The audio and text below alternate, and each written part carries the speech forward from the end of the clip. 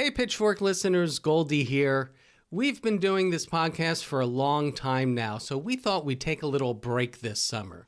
But we don't want you to miss us too much, so we thought we'd revisit some of the most central episodes from early in our history with a Back to Basics summer series. And if you've ever been turned off by the cold, hard math of economics, you will enjoy our conversation with Heather McGhee about Is Economics Moral?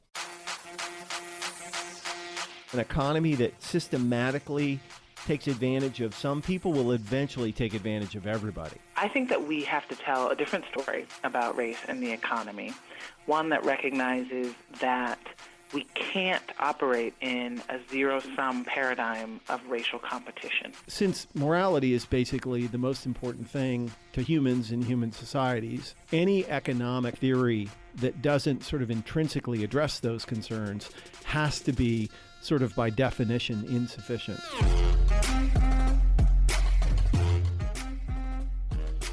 From the offices of Civic Ventures in downtown Seattle, this is Pitchfork Economics with Nick Hanauer.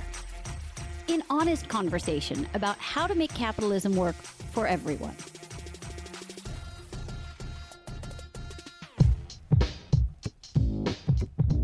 I'm Nick Hanauer, founder of Civic Ventures. I'm Paul Constant, and I'm a writer at Civic Ventures. So in this show, we do a lot of talking about how neoliberalism and neoclassical economics have failed over the course of the last 40 years or so. We haven't done a whole lot of talking about why they've failed. And that's going to involve a word that I don't think have heard yet on this podcast, which is moral.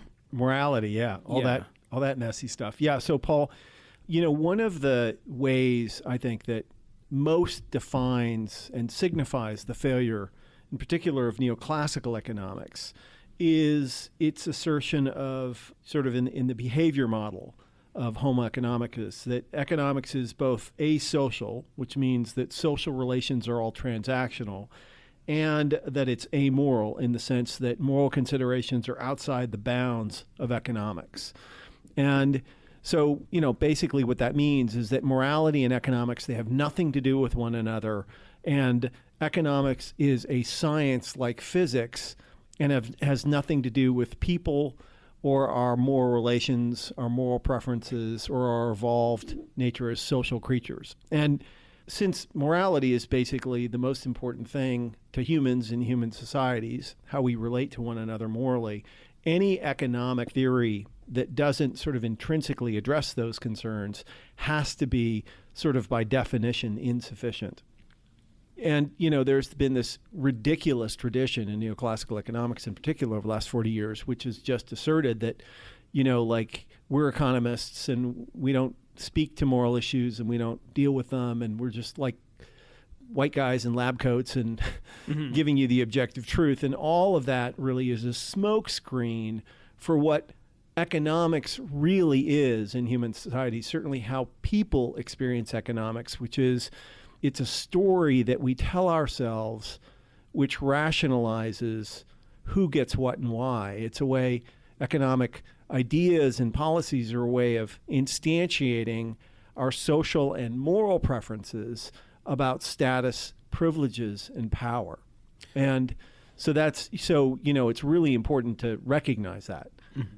So for people like me who, I was raised in the 80s, and so when I hear the word moral, I think of Jimmy Swaggart or, some evangelical who's like holding, using it as a stick to hold it over. So can you talk a little bit about what we mean when we're talking about the morality of economics? Yeah, well, all human societies to one degree or another have moral codes. And if you look at the evolutionary data or the anthropological data or cultural data, those moral codes always take very similar forms, although there are different flavors, of course. And they basically they are always some version of the golden rule of reciprocity. Is it do unto others as you would have them do unto you? Mm-hmm. And all moral codes are designed to encourage cooperation and altruism, and to discourage selfishness and sociopathy. Why? Because moral codes are an evolved construct designed to enable groups of people to cooperate with one another to compete against other groups of people, often who are trying to kill them and take all their stuff.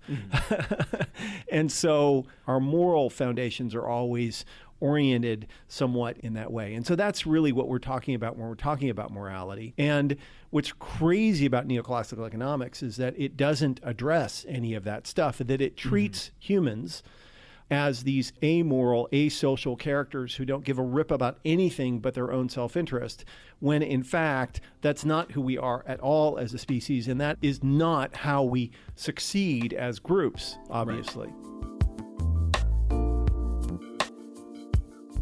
If you think about what value is, what prosperity is in human societies in the right way, it's not output or GDP or price. It's solutions to human problems that increase welfare. And if you acknowledge that, then what has to also be true is that every economic act, every economic choice is an explicitly moral choice, because you're either solving people's problems or you're creating more problems than you solve. And so that's the first way in which it's really easy to see that economics and morality are one and the same in a sense.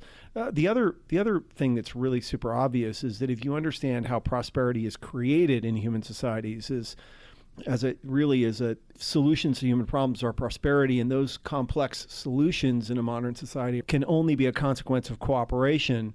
Well, that cooperation in turn is only possible if people trust one another, and that trust is always based on justice. That justice, including people, really is what you do if you want to create justice, is the way in which you create prosperity in market economies and human societies. And so in that sense, both the output of the economy, solutions to human problems, have a moral dimension, and the process by which you create those solutions only works out if you're being moral. Really, it works. Certainly, the more moral we are, the better we treat one another, the more solutions we create, and the more prosperous we all become. And so in that sense, morality and justice, fairness, these things are inextricably intertwined into creating human prosperity, and for that reason should be at the center of economic concerns, should be at the center of what economists study and try to optimize for. And so this, again, it's so obvious why neoclassical economics fails in this respect, because it doesn't address any of these issues, any of these central issues at all. And I think one of the things that has surprised me is that we didn't start thinking that the golden rule applied to economics. I think I was in the room when you and Goldie it came to you that the economic golden rule, do unto others as you would have them do unto you, applied to economics, and it felt like a revelation. Yeah. It's funny that something so basic to the building block society, applying it to economics, feels like a revelation. Yes. You know what I mean? No, and how deeply we all in our culture have been imprisoned by neoclassical economic ideas and neoliberalism. How deep that brainwashing goes. Mm-hmm. How we all got kind of conned by this idea that the more selfish we were, the more prosperity we created, that there was a direct trade-off between economic justice and economic efficiency. All of these things just got kind of embedded in our heads. And, when you sort of free yourself from these bad ideas, what you realize is that, moral laws, the reason that all societies sort of end up with the same moral rules is that those are the rules that create prosperity in human societies. That thou shalt not steal is not just a moral rule, it's also how you create abundance in a society, because if everybody's stealing from everybody, you can't cooperate and can't build anything. Right. and so all of these things actually are the same thing if you zoom out far enough. It's really super interesting. It's quite remarkable. The basic rules of it are things that we all learn when we're 2. Yeah. Yes. and then the economics profession came along and chalked us all out of it. It's like, no, be assholes. It'll be great.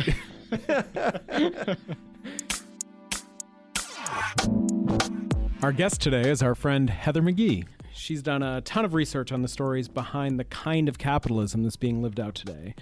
She also talks a lot about how we can and should tell stories about how the economy works so that we can include everyone in it. Heather. Hi. It's Nick. Hi, Nick. How are you? Good. We got the right number finally. I think we had some. Good. Good. Because I have a landline. I'm the only person in the world that still has one, so let's use it. Yeah. My name is Heather McGhee. I'm the immediate past president of, and now a distinguished senior fellow at the think tank Demos and its advocacy partner, Demos Action.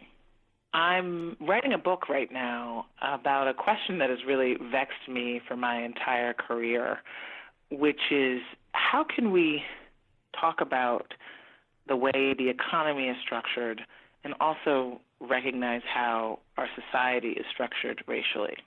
And particularly the way that so often the right wing tells a story that we're all economic competitors here and that people of color are taking jobs and opportunities away from white people. And I think that we have to tell a different story about race and the economy, one that recognizes that we can't operate in a zero-sum paradigm of racial competition. We can't do that and be a functioning, thriving, multiracial society. And so what my book does is looks at all the different ways, the economic ways, the societal ways, but also even the personal ways that a racially inequitable society isn't just bad for people of color, it's also bad for white people and for our society as a whole. The biggest example that really was an aha moment for me in my career was when I was working for over a decade on the issue of financial market fairness. And we started out at Demos working on regulation of financial markets when subprime mortgages were running roughshod over black and brown communities in the late 1990s and early 2000s. And honestly, those racially discriminatory loans that were stripping wealth from communities that had just gained a grasp on the American dream, they were allowed to flourish because the people who had the power to stop it were most likely not people of color and people from those communities. And they turned a blind eye. And they used racial stereotypes to say, well, there are all these foreclosures in this neighborhood, maybe because the people in this neighborhood shouldn't have been able to afford those houses anyway, and they don't have a track record of home ownership. And of course, what ended up happening? That racism that was first targeted at black and brown communities ended up creating a monster that couldn't be contained. Those subprime mortgages turned into interest-only, adjustable rate mortgages that went throughout the prime mortgage market and were securitized into assets that went across the globe. And we had the financial crisis of 2008. So the lesson I took from working on that issue and trying to stop what I could clearly see was coming was we can't contain the poisons that are created in a society that doesn't care about the value of some people, some families, and some communities. Ultimately, our fates are linked.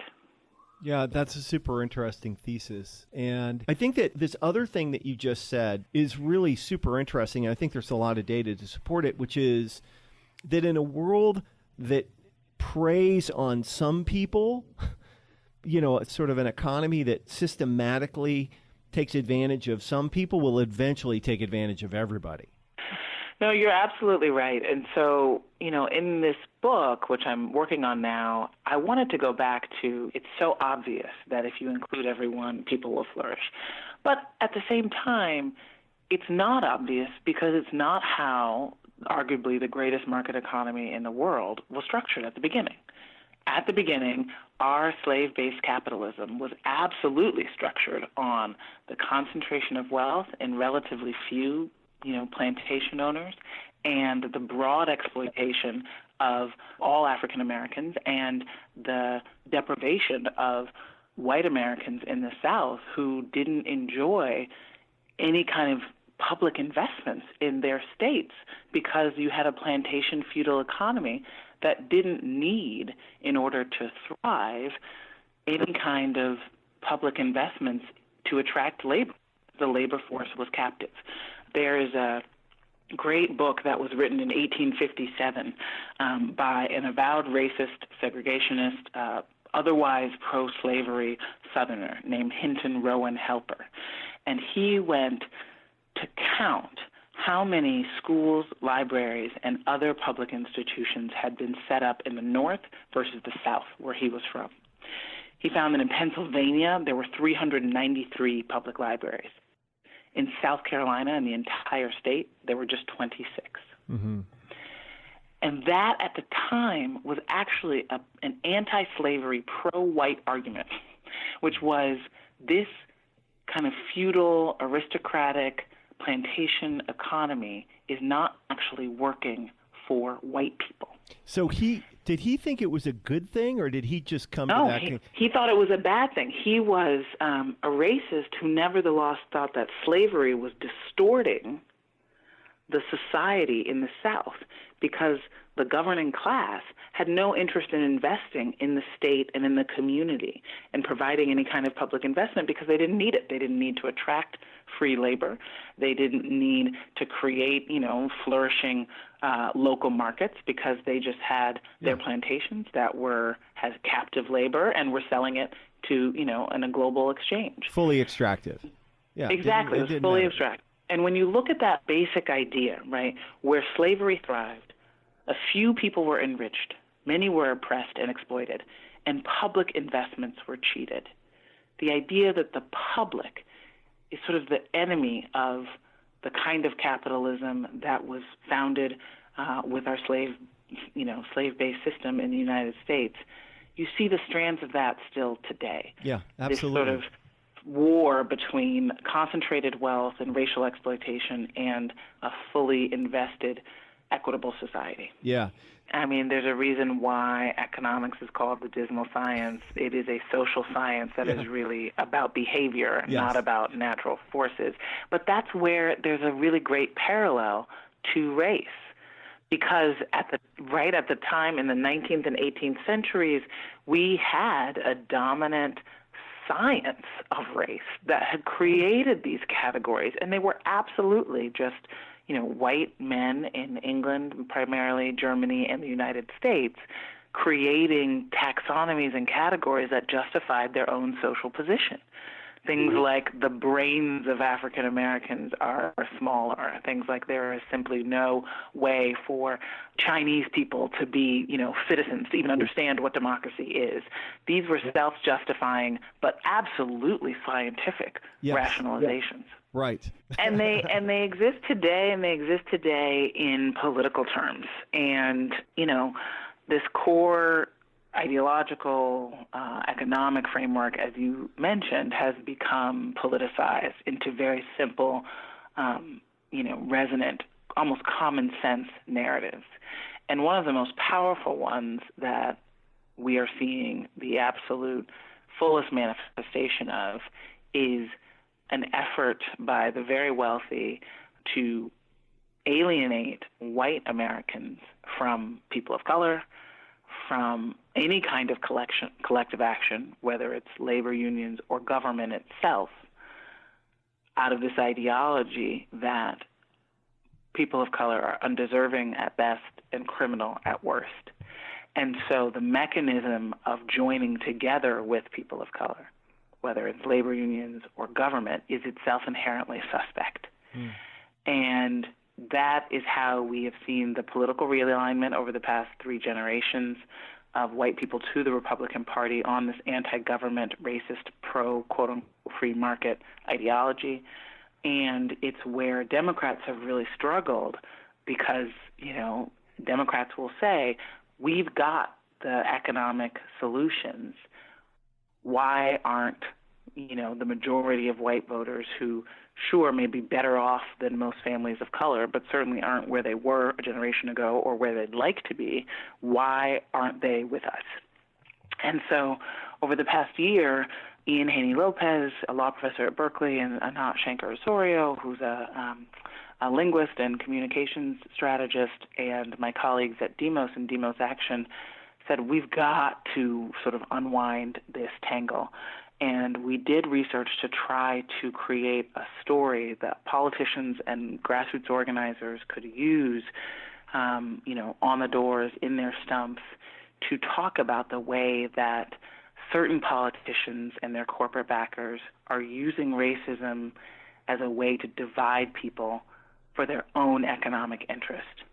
And what we found was that kind of racially inflected populism, right? It's talking about, the 1% and corporate lobbyists who are, rigging the rules for their own benefit, but it's not being blind to race, right? Because how can you be blind to race in this political arena, right, where, the right wing Trumpism has created an entirely, racial and xenophobic narrative. And if you're sort of not even engaging, people don't even, they can't find a hook for you to understand the world that we're living in right now.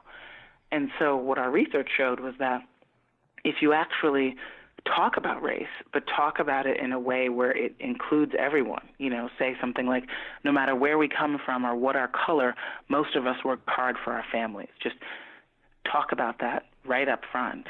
And then say racial scapegoating is a weapon that's economically harming us, right? Say things like, certain politicians and their greedy lobbyists are hurting everyone by handing kickbacks to the rich and defunding our schools, and then they turn around and point the finger for our hard times at poor families, black people, and new immigrants, right? That's the key. Everybody knows that that's happening, but Democrats have been afraid to say it. Yeah. Or they'll just say it to audiences of color, and they don't think that it's something that they can say to white people. But what our research showed is that they can. Of course, you've got to be hopeful. You've got to say, we can join together with people from all walks of life.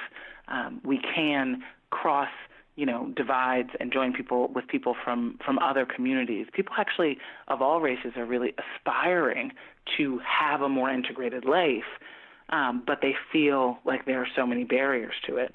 And then you need to connect it to government and say that we need to, take government back and put it on the side of the people.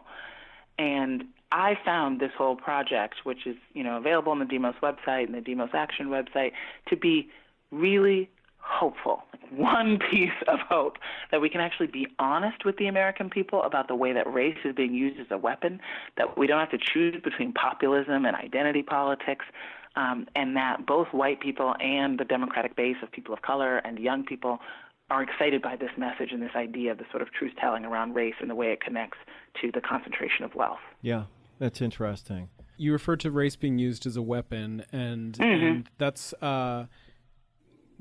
interesting to me because there's an intentionality behind it, but you've gone back and forth, and rightfully so, right? Like a metaphor is not a perfect descriptor of anything, but you've gone back and forth between an intentionality behind it and a systemic racism in American economics. And so when you're trying out the messaging, is there a difference between that? Is there a difference between saying, the economy is a tool to enforce racism, or, is the American economy racist? And do those messages, do they synchronize, or is there a difference between them? That's a really good question. So we started out by trying to talk about structural racism. And, it's sad to say the focus groups were pretty ugly.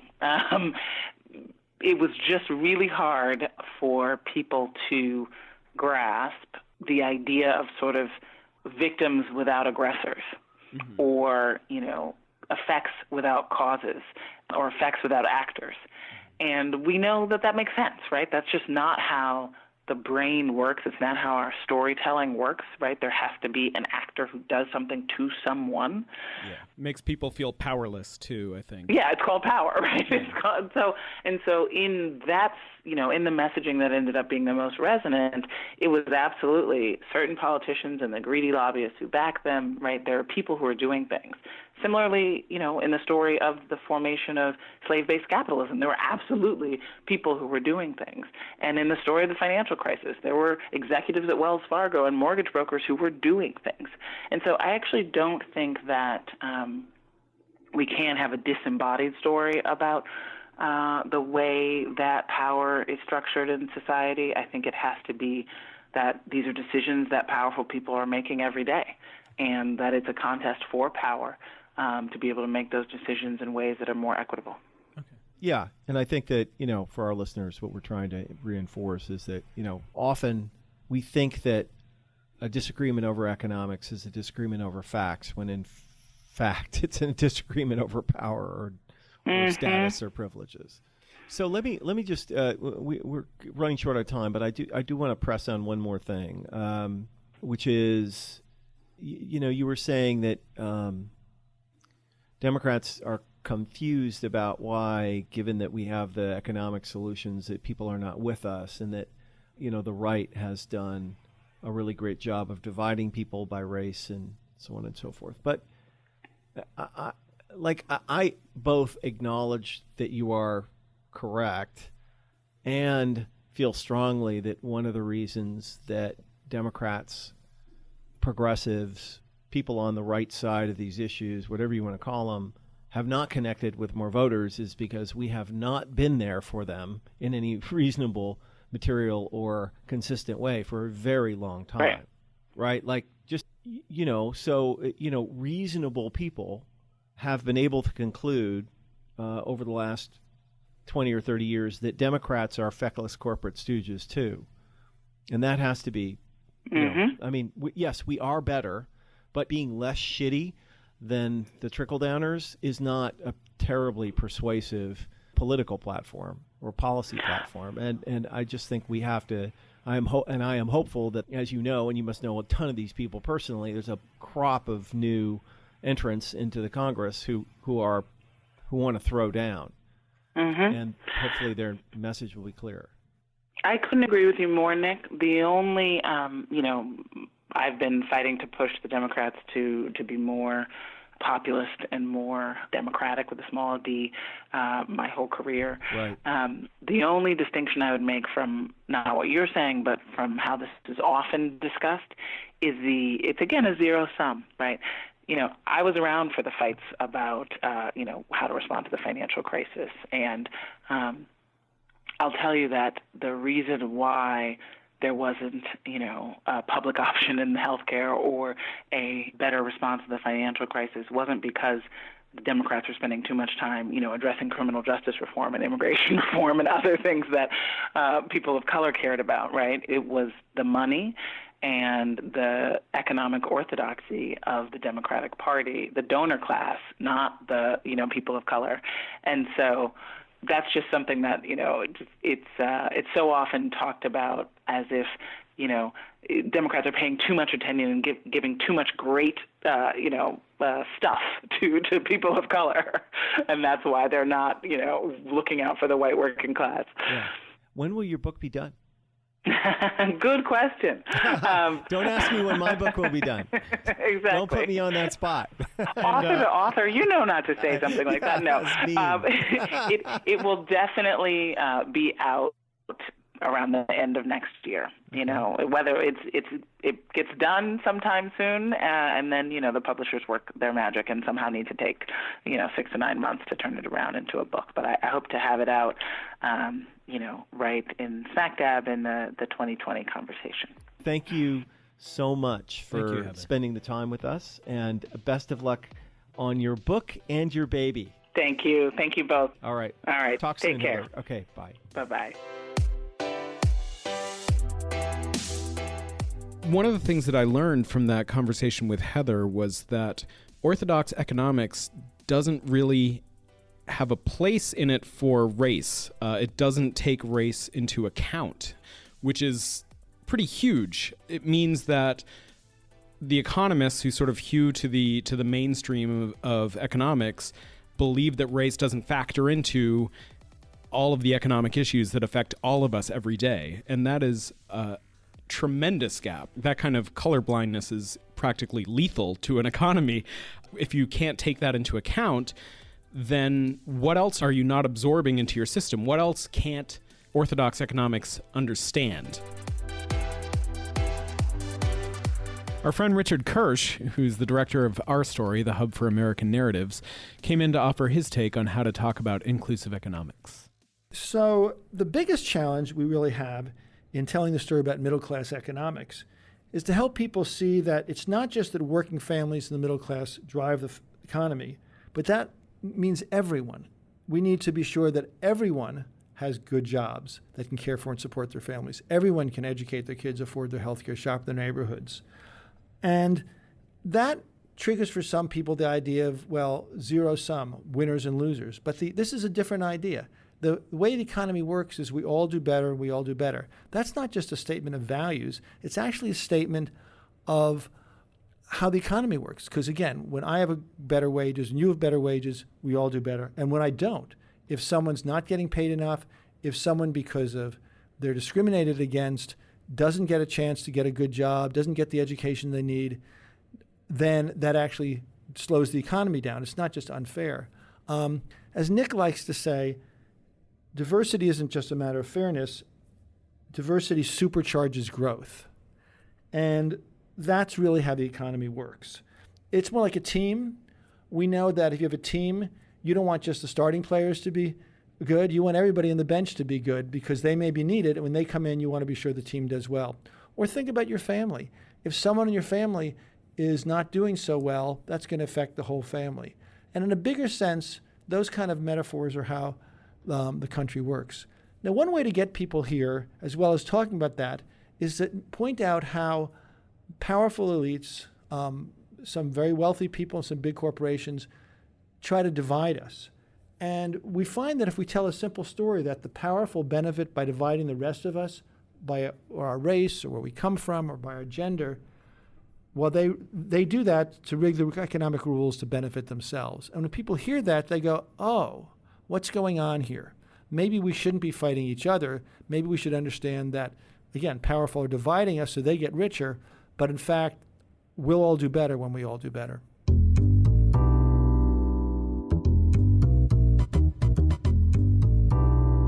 So there's this great scene in the movie Wall Street where the lead character, Michael Douglas, playing Gordon Gekko, makes the "greed is good" speech.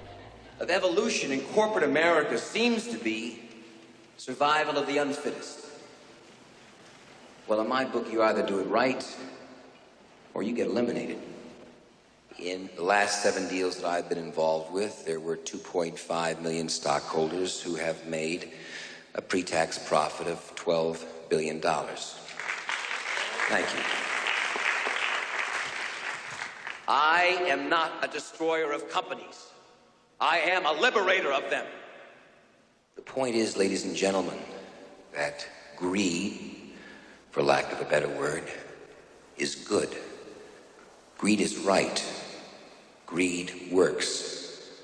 Greed clarifies, cuts through, and captures the essence of the evolutionary spirit. Greed in all of its forms. Greed for life, for money, for love, knowledge, has marked the upward surge of mankind, and greed, you mark my words, will not only save Teldar Paper, but that other malfunctioning corporation called the USA.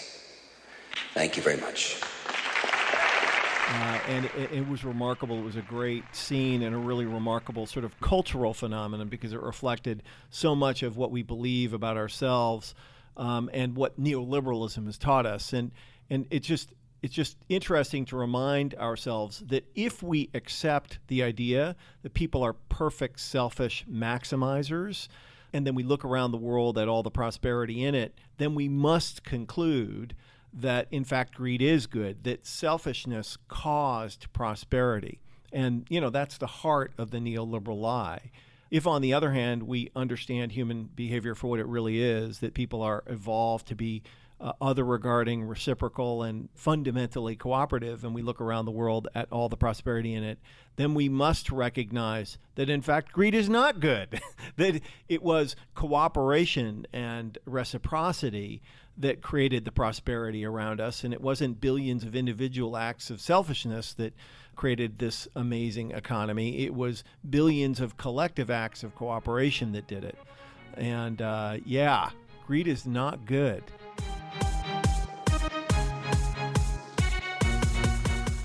In the next episode of Pitchfork Economics, why does the U.S. hate families?